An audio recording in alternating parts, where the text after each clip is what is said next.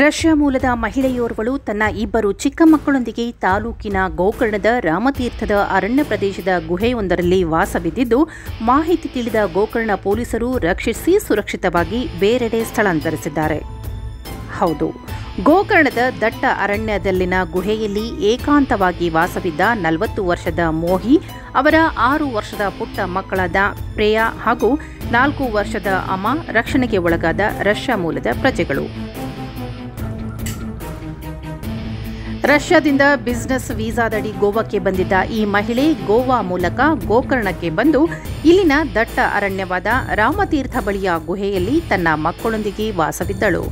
ಅಲ್ಲಿಯೇ ಪೂಜಾ ಹಾಗೂ ಧ್ಯಾನ ಮಾಡುತ್ತಾ ದಿನ ಕಳೆಯುತ್ತಿದ್ದಳು. ಸಿಪಿಐ ಶ್ರೀಧರ್ ನೇತೃತ್ವದ ತಂಡ ಈ ಭಾಗದಲ್ಲಿ ಗುಡ್ಡ ಕುಸಿತವಾದ್ದರಿಂದ ಗಸ್ತು ತಿರುವಾಗ ಗುಹೆಯಲ್ಲಿ ಯಾರೋ ವಾಸವಾಗಿರುವುದನ್ನು ಪತ್ತೆ ಮಾಡಿ ವಿದೇಶಿ ಮಹಿಳೆಯನ್ನು ರಕ್ಷಣೆ ಮಾಡಿದ್ದಾರೆ.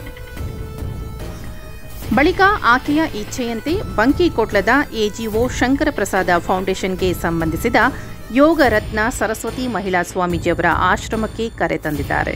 ಈ ವೇಳೆ ಈಕೆಯನ್ನು ಆಪ್ತ ಸಮಾಲೋಚನೆ ಒಳಪಡಿಸಿದಾಗ ಹಿಂದೂ ಧರ್ಮದ ಆಧ್ಯಾತ್ಮದ ಕಡೆ ಹೆಚ್ಚು ಆಸಕ್ತಿ ಇರುವುದರಿಂದ ಪ್ರಕೃತಿಯಲ್ಲಿ ಇರಬೇಕು ಎಂದು ತನ್ನ ಮಕ್ಕಳೊಂದಿಗೆ ಏಕಾಂಗಿಯಾಗಿ ಗುಹೆ ಸೇರಿದ್ದಳು ಎಂಬುದು ತಿಳಿದು ಬಂದಿದೆ.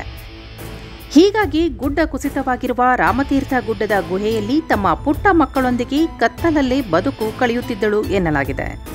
ಎಸ್ಪಿ ಎಂ ನಾರಾಯಣ ಸಲಹೆಯಂತೆ ಆಕೆ ಹಾಗೂ ಆಕೆಯ ಮಕ್ಕಳನ್ನು ಪೊಲೀಸ್ ಅಧಿಕಾರಿ ಸಿಬ್ಬಂದಿಗಳ ರಕ್ಷಣೆಯಲ್ಲಿ ಬೆಂಗಳೂರಿಗೆ ಕಳುಹಿಸಿಕೊಡಲಾಗಿದ್ದು, ರಷ್ಯಾ ರಾಯಭಾರ ಕಚೇರಿಯನ್ನು ಸಂಪರ್ಕಿಸಿ ಬಳಿಕ ಆಕೆಯ ದೇಶಕ್ಕೆ ಪುನಃ ಕಳುಹಿಸಿಕೊಡಲು ವ್ಯವಸ್ಥೆ ಮಾಡಲಾಗಿದೆ ಎಂದು ಎಸ್ಪಿ ಎಂ ನಾರಾಯಣ ಮಾಹಿತಿ ನೀಡಿದ್ದಾರೆ.